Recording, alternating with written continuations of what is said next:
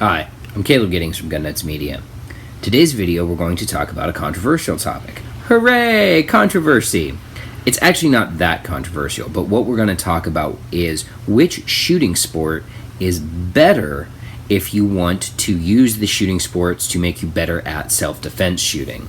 So we've already talked in the past about why you should compete if you're interested in self-defense shooting. And if you want to revisit that video, there's a link down in the description.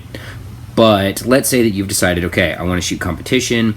It makes me better at defensive shooting because it helps me with automatic gun handling tasks, makes me better at actually shooting the gun, blah, blah, blah, reasons. Awesome. So you now need to pick a sport because there's two. There's actually a lot, but the two that really matter to this conversation are either IDPA or USPSA. IDPA stands for the International Defensive Pistol Association. USPSA stands for the United States Practical Shooting Association. We're going to do a brief explanation of what the differences in each of these sports are and what the similarities in each of these sports are. We're going to start by explaining IDPA. So here are some stages from an IDPA match. I'm running a SIG P250, and God, that mount for that ancient GoPro is terrible. But anyway, a couple of things you'll notice. All my reloads are going to be done from slide lock. I'm wearing a cover garment over my gun. I'm shooting on the move here. I'm using concealment. So IDPA, you have to shoot from concealment. And you can argue back and forth whether IDPA concealment is real concealment, but the idea is you want to hide part of your body from the targets. Here I have to engage these targets out in the open, generally, and then go to cover, use this cover to hide myself from these targets downrange. Generally speaking, IDPA courses are shorter than USPSA courses. They have a max round count of 18 rounds. You have to use cover and concealment like I am in this video. Now you have some USPSA stages.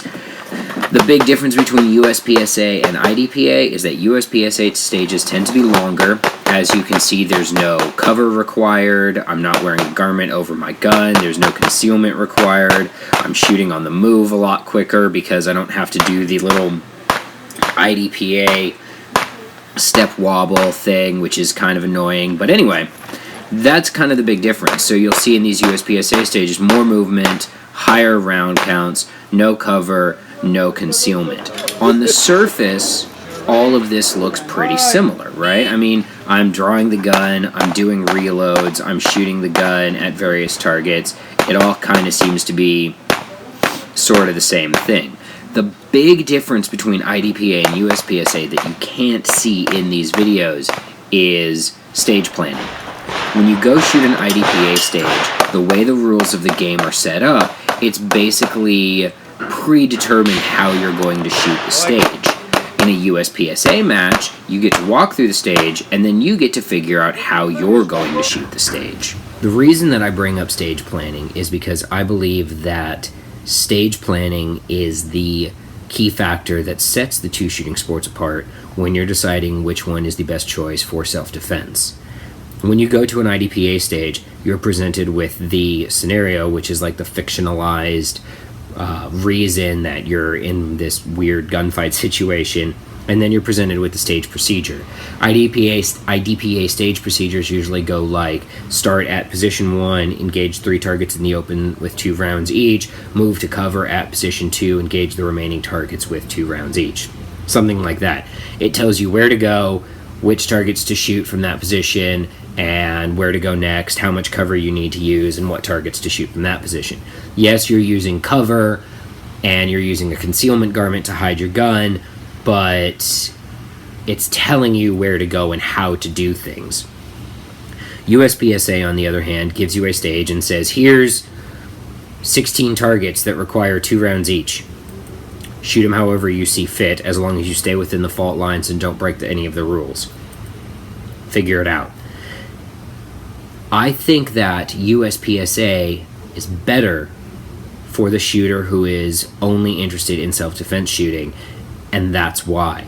USPSA encourages you to, it forces you actually, to create your plan, execute your plan.